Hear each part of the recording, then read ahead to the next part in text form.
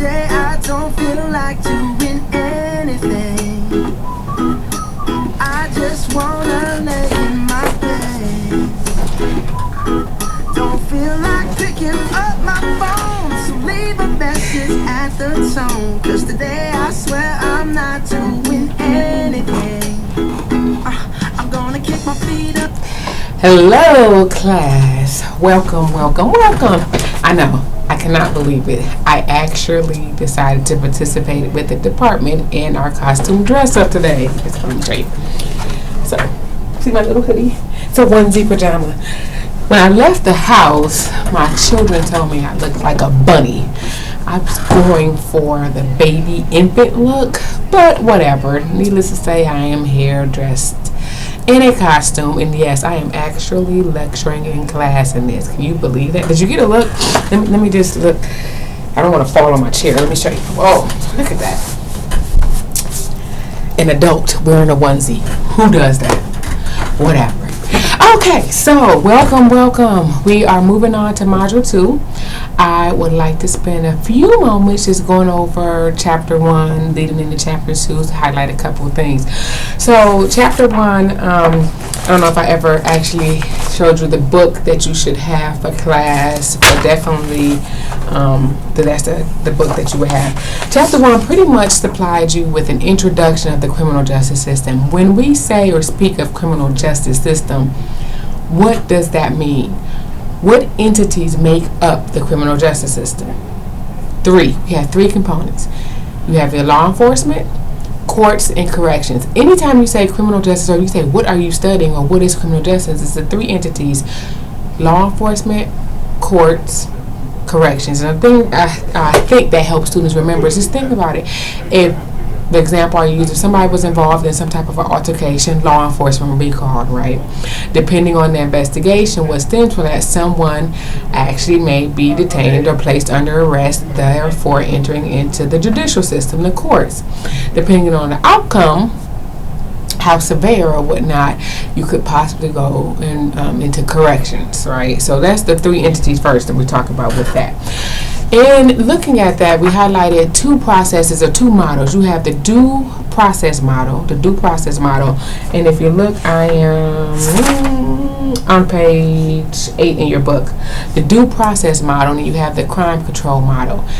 And basically what this is how we view our system. So due process says that we care or we are concerned with or ensuring that we are not infringing on individual rights and that every I is dotted, every T is crossed, right? Some look at that more as like an obstacle course. You have different obstacles or barriers you must meet before just going to the next process. Versus the crime control model, which is just that. Our ultimate goal of what we're trying to do is trying to control crime. That little chart in table 1.1 on 8 does a great job highlighting that crime control model assembly line. Like it's just pieces of the puzzle. You keep going. Versus the due process, it's like you get here. Oh, we may have to suppress evidence now. So since we have to have a hearing about this evidence, was this evidence obtained illegally? Well, let's have a hearing and see. Oh no, it was obtained illegally. Now it's been deemed inadmissible. That piece of evidence is what we needed to get this conviction. Oh, you have a barrier. So that's an example of going through that. In Chapter 1, you also talked about the criminal justice process, how to enter into the process, the flow chart. Moving on to page 12. So the first thing you have in what you're going is your initial appearance. And then you go on to have your preliminary hearing or your grand jury. Understanding that a preliminary hearing and a grand jury is exactly the same thing.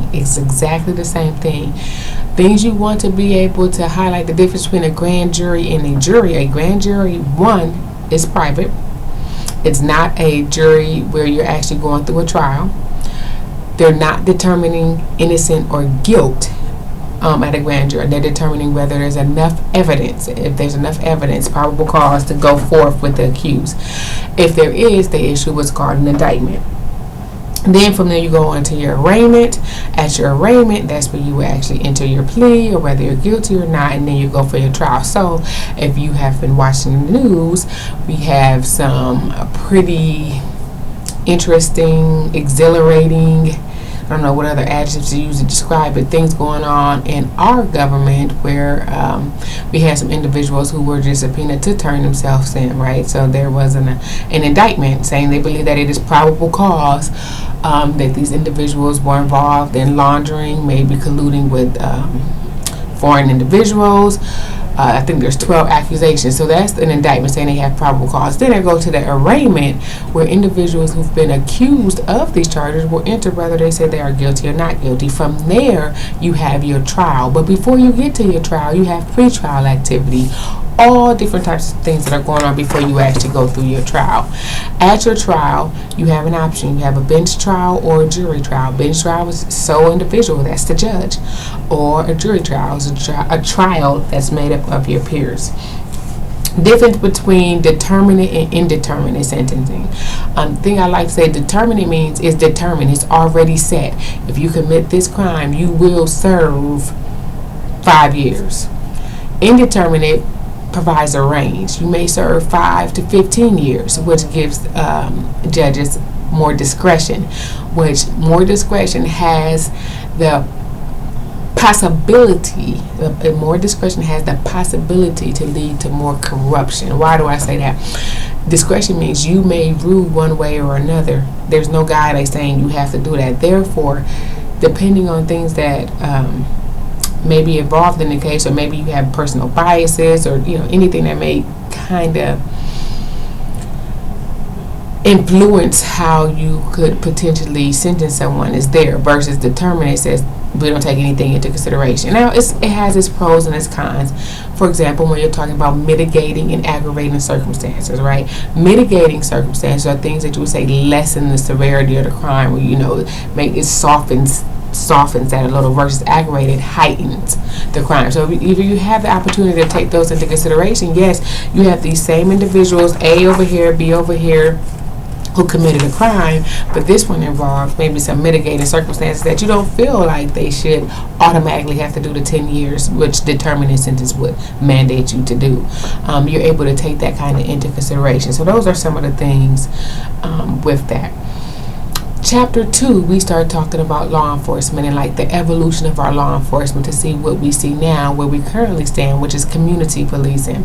But we start talking about when law enforcement was first derived and how it came about. It starts in the 1829s, then we go to the 1840s, the political era, where the politicians was pretty much controlling law enforcement. That's who they paid, who were in control and doing everything.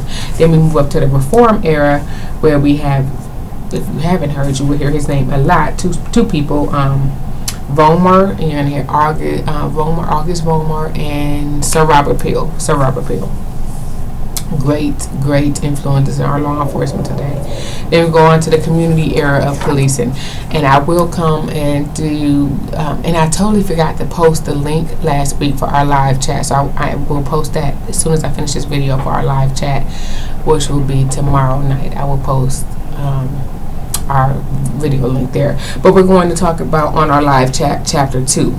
So I wanted to give you an overview from chapter 1, and then tonight we will go in and talk about Wednesday we will talk about chapter 2. Let me just look in real quick in your class to check and see something.